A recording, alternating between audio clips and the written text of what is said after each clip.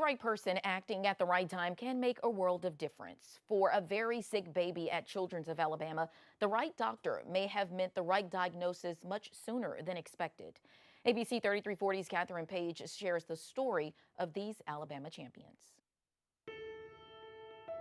7-month-old Samson Leggett is on the journey of a lifetime. It is honestly kind of crazy.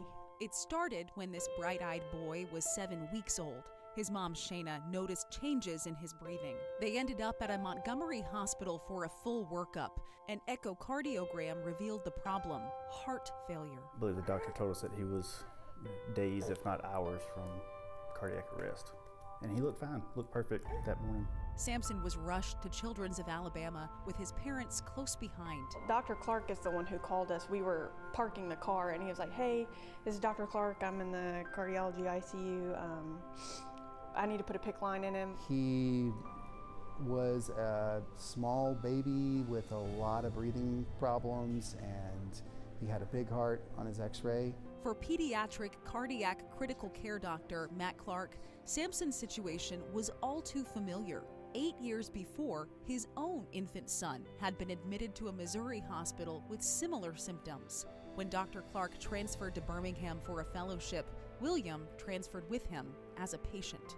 After months of testing, William's symptoms got a name: Barth syndrome. So Barth syndrome is an X-linked genetic condition, meaning it's passed on from moms, and it affects mostly boys. So there's about 150 boys and males in America with this disease, so it's one of those ultra rare genetic conditions. There's a few hundred in the entire world. Even knowing the rarity, Dr. Clark had a feeling about Samson. For the next few weeks, he and his team kept Samson alive while searching for a definitive answer. Each test they did, you didn't want it to be positive, but you were like, we don't have any answers. Why is our baby dying? Finally, after a specific genetic test and a call to a Barth syndrome specialist, Dr. Clark had that answer. He said, "Your son has Barth." And that sucked.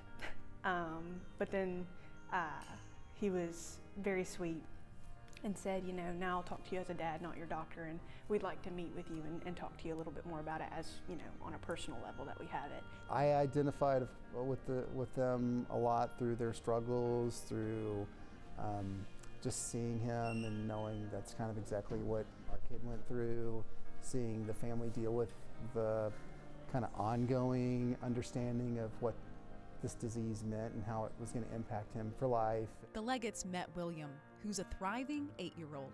He's running around crazy. He's doing really well. Shayna remembers the hope that visit brought. We're sitting there in the hospital thinking like we're going to lose our little boy, and it's like they thought they were going to lose him, and now look. Another reason to hope: timing was in Samson's favor. The first drug specifically for patients with Barth syndrome had been approved by the FDA just weeks before his diagnosis. I can't say that it was coincidence at all. I really don't. I believe that it was divine. Dr. Clark's team secured special authorization from the FDA for Samson to get the drug.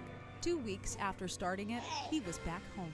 We have been very taken care of, and God has provided a lot for us through this. Now, little Samson is doing well. He's rolling over and sitting up on his own. His parents know his road is not guaranteed to be easy. The advice that Dr. Clark gave us is, if things do get worse, let it surprise us. For now, they're hopeful for their baby's future and thankful for blessings in unexpected places. Catherine Page, ABC 3340 News. Wow, what a story. Well, for more information about Barth syndrome, you can find more information on abc3340.com.